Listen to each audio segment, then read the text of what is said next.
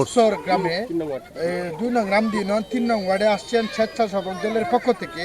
আপনি লিফলেট বিতরণ, ভোট চাইছেন, মা বোনদের কাছে বাড়ি বাড়ি যাচ্ছেন এবং সোশ্যাল মিডিয়াতে সবাই দেখবে।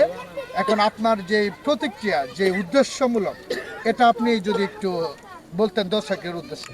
ধন্যবাদ আপনাকে। আজকে আসলে বর্ষর আশাটা মূলত উদ্যোক্তা যুবদলের সিনিয়র যুগ্ম আহ্বায়ক আমার বড় ভাই সানরুল হোসেন শামীম ভাই। উনি যখন আমাকে বললো যে সুমন তুমি একদিন আসো বর্ষর যাব, তো বর্ষর কথাটা শুনলে আসলে আমি একটু দুর্বল, কারণ আমার শৈশবটা, আমার ছোটোবেলাটা অনেকখানি সময় এই বর্ষর গ্রামে কাটছে। হ্যাঁ, তো বর্ষর বলার পরে আমার স্বেচ্ছাসেবক দল যারা আছে রামদি ইউনিয়নের, তাদের সহযোগিতা এবং সানরুল হোসেন শামীম ভাইয়ের সহযোগিতা আজকে আমরা গণসংযোগে বের হয়েছি। আমরা ঘরে ঘরে গিয়েছি, আমরা রাস্তায় মানুষজনকে দাওয়াত দিয়েছি, লিফলেট বিতরণ করেছি, জনতা জনাব শরীফুল আলম ভাইয়ের পক্ষে ভোট চেয়েছি। ইনশাল্লাহ বর্ষর গ্রামে ব্যাপক সাড়া।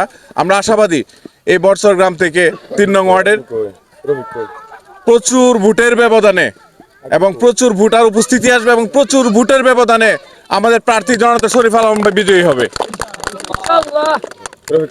অসংখ্য ধন্যবাদ সুমন ভাইকে।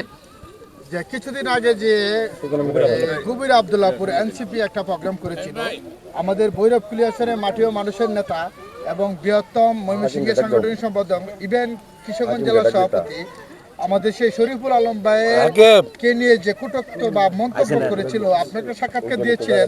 আজকে আবার আমি আপনাকে একটু প্রশ্ন করলাম, আপনার সেই বিষয়ে আবার যদি একটু প্রতিক্রিয়া বা আপনি এই দর্শকের উপলক্ষে আপনি এই মাটিও মানুষের পক্ষ থেকে আপনি যেটা কথা বলেন, তাহলে আমি খুশি হব।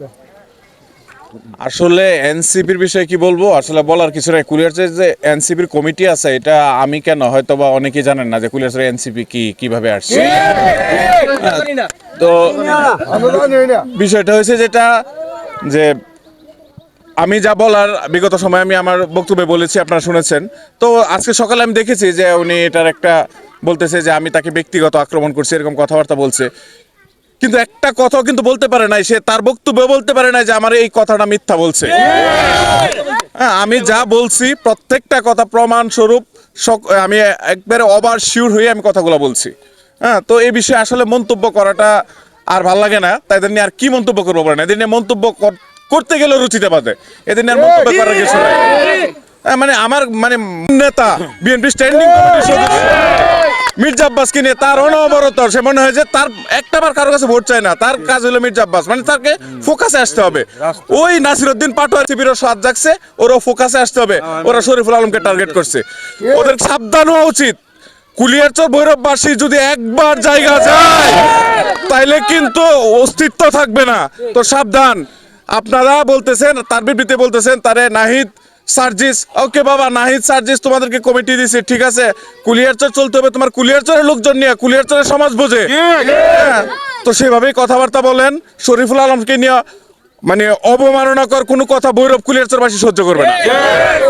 ধন্যবাদ আপনাকে।